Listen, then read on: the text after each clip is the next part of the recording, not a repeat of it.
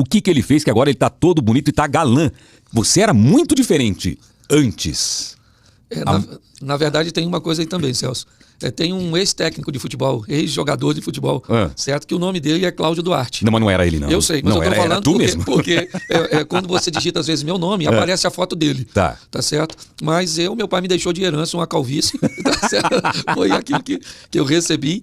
E minha mulher deu um upgrade, né? Ela emagreceu, começou a cuidar, e eu vi que estava tendo um desnivelamento muito grande. Tô com esse problema em casa.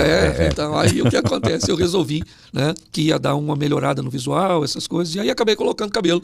E eu não quis ficar novo. Essa não era a minha proposta. Sim, Tanto é que eu coloquei cabelo branco. Mas rejuvenesce o cabelo. Isso aí, o meu cabelo é branco, eu acabei enfrentando uma depressão. Ok? Não, mas não é possível. Sério, eu enfrentei uma depressão forte e aí a barba acabou aparecendo. Não queria tomar banho, não queria comer, não queria fazer a barba. Faz tempo isso, pastor? Foi antes da pandemia. Antes da pandemia. Então, e só que aí quando a barba cresceu, a minha esposa falou: Cláudio, eu achei que a barba tá combinando com o cabelo. E aí eu acabei deixando a barba. Acabou que o visual as pessoas aprovaram. Ficou muito bom.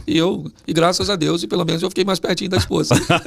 Visual ficou muito bom. Pastor, tá bonito. Ficou bonito assim. Acertou em cheio. Obrigado. Agora sobre a depressão. Por que muitos líderes religiosos têm depressão? No meu caso em particular, foi o seguinte: eu fui eu não tive uma família bem organizadinha, não, era bem disfuncional. Então eu morei com muitas pessoas. À medida que eu não seguia um protocolo daquele lá, eles acabavam me mandando embora, certo? Então eu sempre me via fazendo uma malinha, uma sacolinha, mudando de uma casa para outra, ok? E aquilo eu não entendia que estava desenvolvendo em mim um problema sério de rejeição. Quando eu fui pastorear a igreja, todas as vezes que uma pessoa saía da igreja, por qualquer motivo que fosse, às vezes apenas porque mudava de endereço, ok? Eu sentia a dor da rejeição. Só que eu não sabia isso. Eu não reconhecia isso. Eu só reconheci isso porque uma profissional, né, da saúde emocional, ela me mostrou. Quando eu contei para ela a história, ela entendeu que todas as vezes que alguém saía da igreja, eu startava aquele comportamento de rejeição. Como isso é perfeitamente... Pastor, mas é mais ou menos como motorista de ônibus, Celso. Certo? A função dele é só dirigir. Tem ponto que ele para, tem gente que sobe, tem ponto que ele para, tem gente que desce. Ele não pode se envolver demais com os passageiros, porque o nome já diz, eles são passageiros. Ok? E eu cometi essa falha. E foi isso. Quando ela me deu essa informação, essa ferramenta, acabou me ajudando. E aí foi assim meio que um passe de mágica, um milagre. Ela me deu uma ferramenta num dia, 2 dias depois eu estava de pé, voltei às minhas atividades, certo? E segui a vida. Quer dizer, ela desarmou aquele gatilho. Isso. E ela descobriu qual era o problema. Uma profissional muito boa, hein, para entender isso, né? E aí o que acontece? Hoje eu continuo sofrendo isso, as pessoas continuam chegando. Eu ensino as pessoas hoje que você deve levantar todos os dias, de braços abertos para receber quem está chegando e de mãos acenando para se despedir de quem está indo embora, certo? E eu fiz isso na minha vida e hoje vivo bem, graças a Deus. Você, como empresário, não sei, você tem dificuldade para despedir alguém, não? Tenho. Eu sou bem... assim, eu sou um cara que não gosta muito de conflito. Tá certo? Eu também não. Então, eu aprendi que como Deus, ele sempre trabalha com misericórdia e justiça. Você não pode ser misericordioso o tempo inteiro. Tem que ser justo, não é isso? É mais ou menos. Tem hora que você tem que exercer misericórdia e não justiça. Se você exerce justiça o tempo inteiro, você fica uma pessoa... muito fria.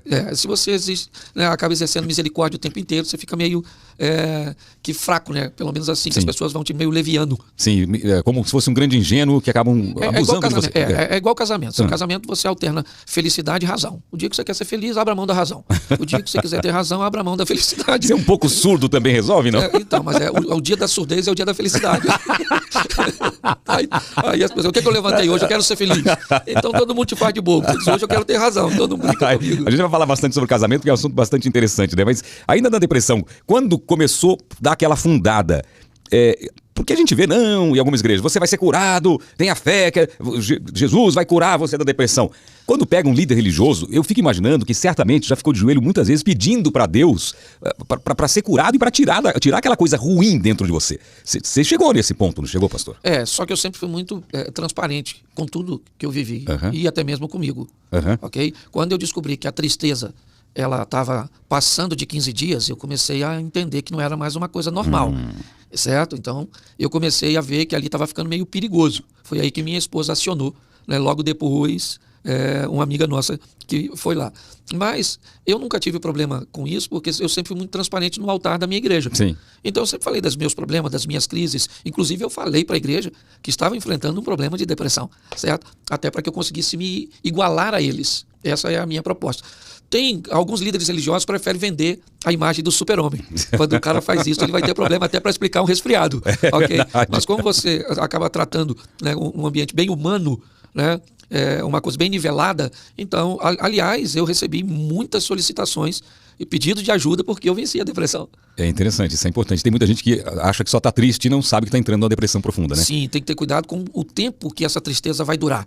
Ok? Então, o tempo é um funcionário de Deus para aplacar essas coisas mais duras. Então, quando isso começa a se estender por muito tempo, é melhor você acender uma luz aí de alerta. De alerta. E como que você divide, vamos supor, um show de stand-up de um culto, por exemplo? É um grande desafio até por causa daqueles que estão indo no evento. Sim. Eu sempre explico muito bem quando é uma palestra. Senão o cara vai a uma palestra e ele aguarda, né, um apelo no final. Você quer receber Jesus. Às vezes eu estou numa empresa e no final um dos colaboradores, né, que me admira vai lá, mas eu achei que o senhor deveria ter falado mais. Né, o senhor não trouxe a Bíblia, não abriu. Então as pessoas confundem muito isso. Eu não, eu tenho que ter cuidado. Às vezes você dá um deslize, né, e pede um amém. Manda uma piadinha, amém? Isso é mais ou menos isso, tá certo? Então, você se atrapalha, ok? Quem achou graça, grita aleluia!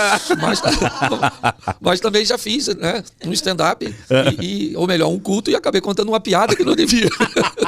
Então não dá para ser aquilo que você estava falando sobre o ao vivo, né? Não dá para você controlar o tempo inteiro. É verdade, às vezes escapa, porque é uma linha muito tênue, né, de fazer as pessoas rirem e manter uma linha sem sair do que é o propósito, né? Mas a cabeça vai aprendendo, não vai? Sim, depois de um tempo você pega o jeito, exatamente, né? O cérebro já sabe, você vai com feedback, tá olhando para as pessoas, falou alguma coisa. Eu acho que é legal nós usarmos, eu uso bem aquilo que eu chamo de nível, certo? De comunicação. Eu vou subindo de nível, se quem está me ouvindo, ok, me der liberdade para subir. Sim, então eu contei uma piadinha, eu vi que o pessoal recebeu bem, eu vou para a próxima. Se naquele ambiente, certo? Se eu vi que eles rejeitaram, é dali para baixo. Dali para baixo. Então eu vou fazendo isso. Porque falar de casamento na igreja, você tem que falar de sexo.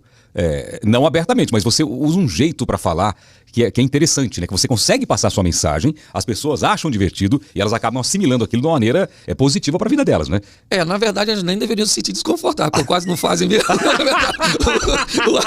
O assunto não deveria nem incomodar.